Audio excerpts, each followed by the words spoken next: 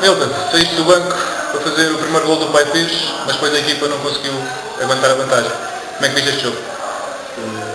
Eu quando entrei estava confiante que íamos ganhar o jogo, porque o jogo era em casa e também como tínhamos perdido no jogo anterior e fomos prejudicados, tivemos duas expulsões e não conseguimos dar a volta ao resultado, mas neste jogo entramos confiantes, entramos com atitude, com empenho e pronto, houve lances que foi à margem da lei, mas ultrapassámos isso, tentámos ir para a frente, tentámos trabalhar, fazer o máximo com que a equipa se desse melhor dentro de campo e também estava muito calor, o calor também por vezes faz diferenças em várias situações de jogo, como por exemplo já no fim, já o calor era tão abrasador que certos jogadores já não tinham quase força para ir às bolas e para fazer o máximo pela equipa. Mas pronto, tivemos bem, mas infelizmente perdemos.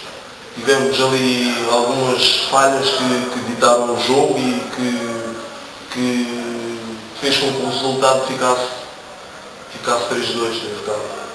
Que balanço é que fazes desta época? Bom, eu podia até fazer um balanço positivo, porque eu não gosto de perder. Como já estou aqui, é o segundo ano, tínhamos objetivos para concluir e tínhamos metas para seguir em frente e para atingir novos objetivos, porque o clube queria subir de divisão e tínhamos equipa suficiente para isso, só que houve ali uma altura que o nosso plantel já não tinha confiança suficiente, porque viemos de empates e de derrotas e não conseguíamos ganhar nem em casa nem fora.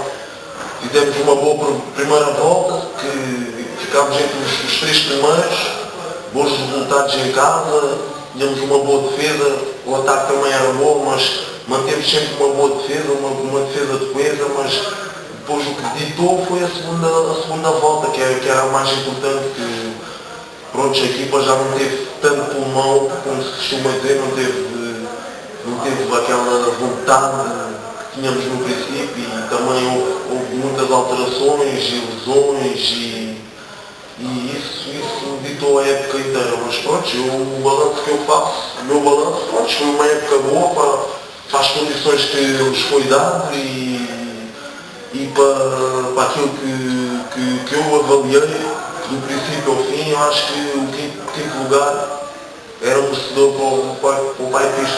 Em relação às outras equipas, também tinham boas equipas. Este ano o campeonato da segunda distrital de Setúbal foi bastante competitivo e foi um dos... Eu já tinha jogado o ano passado, foi muito mais competitivo que o ano passado. Obrigado.